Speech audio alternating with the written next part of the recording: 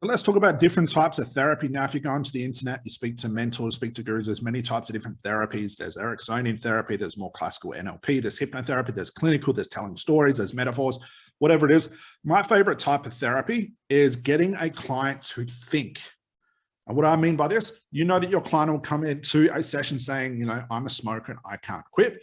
That's their thought. They're stuck in that. Your job as a therapist is to get your client to think again, to get the movement flowing of that problem, to have your client consider that problem differently. And in order to do that, you need to be asking the right questions. Now, I'm not talking about reading a script and telling them to close their eyes and visualize, because that's not therapy. That's just some cool little fancy hypnosis thing, but that's not the therapy that's going to change your client.